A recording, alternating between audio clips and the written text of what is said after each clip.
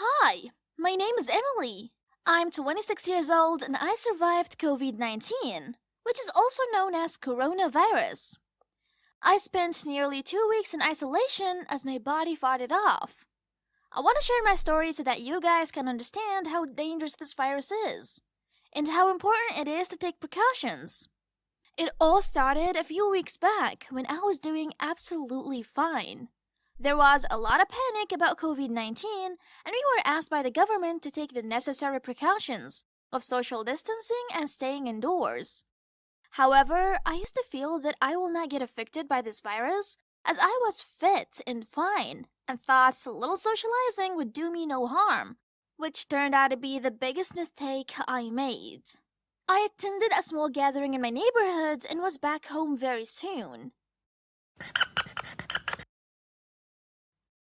A week after the party, I had been informed that I was in contact with someone who had been in contact with someone with COVID 19. Nothing serious, I told myself, but I decided to social distance anyway.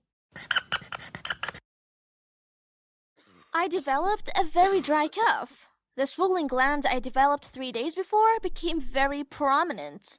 The cough was persistent, which made speaking for longer than 40 seconds hard. I was extremely fatigued. I'm anemic and well acquainted with tiredness, but this was chronic. A good night's sleep did not help. My chest was painfully tight. At first, I blamed work anxiety, but then I developed a fever. I was hot and cold at the same time. I struggled to walk and my breathing became shallow and difficult. The muscles in my neck began to ache. The scariest day. I woke up feeling like I'd been run over by a truck in my sleep, and then thrown off a cliff. The muscles on my face ached. In fact, every muscle hurt. My persistent cough became extremely painful. I also developed a painful migraine.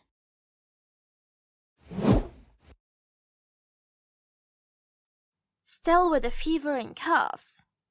On this day, I became frightful of how my body would force itself to sleep. My breathing was worrying and I feared the worst. I called the health agency who took my samples and then confirmed my suspicions about me suffering from COVID-19. They instructed me to self-isolate in my room as there was no room available in the hospitals.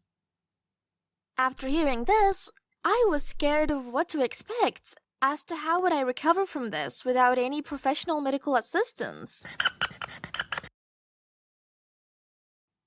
I slept a lot. Keeping my eyes open was painful to the core. Wore sunglasses to use my phone, the sunlight made my migraine worse, my body ached and my breathing worsened. Coughing did not help. I could feel my lungs getting heavier and every breath got shorter. Painkillers had no effect on the pain that I was going through. I was scared to sleep as my breathing was not improving.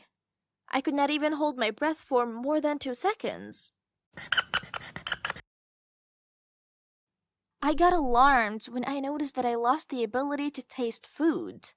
I nearly passed out brushing my teeth as it was obstructing my breathing.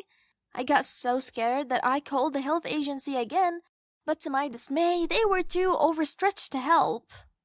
At this point, I was begging God. I didn't want to die this way.